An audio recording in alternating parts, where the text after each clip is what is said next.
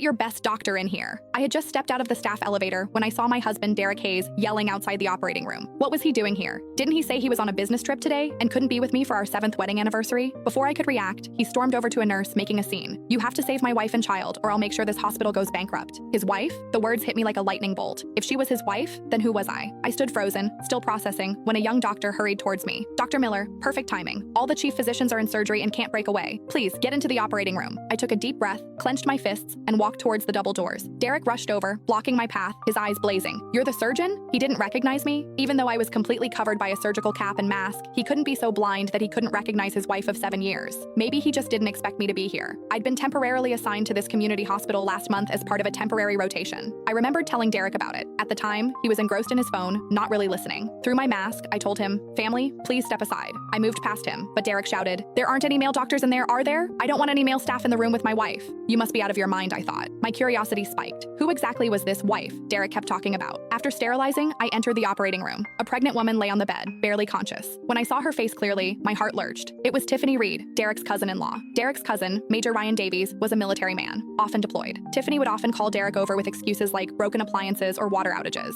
I was usually busy with work and hadn't paid much attention to their frequent encounters. I never imagined they were having an affair behind my back. A nurse handed me the patient's chart, and I quickly scanned it. Tiffany was 8 months pregnant. Her contractions were caused by intercourse during pregnancy, leading to a threatened miscarriage. 8 months. I remembered Derek's cousin hadn't been back in almost a year. So, the baby in Tiffany's belly was Derek's? Derek and I had been married for years and hadn't conceived. My periods were always irregular. Last year, I couldn't help but want him to get checked, but he flat out refused, insisting he was fine. Even my mother-in-law sided with him. Now I knew why. He had already gotten another woman pregnant. No wonder he was so confident. So my mother-in-law was in on it too? My assistant asked, "Dr. Miller, should we prepare for a C-section?" I looked at the fetal heart monitor and the ultrasound results. At 8 months, the baby could survive. It was sickeningly ironic. I was about to perform a C-section on the very woman who had cuckolded me. But as a doctor, bound by my professional ethics, I had no choice. I took a deep breath. Yes, prepare the anesthesia. We were busy with pre-op preparations when Tiffany on the operating table suddenly cried out, "Let my husband in. I don't want to be alone." The nurse tried to reassure her. "Ms. Reed, that's against hospital policy." Against policy? Don't husbands always accompany their wives in labor on TV? Once the anesthesia took effect,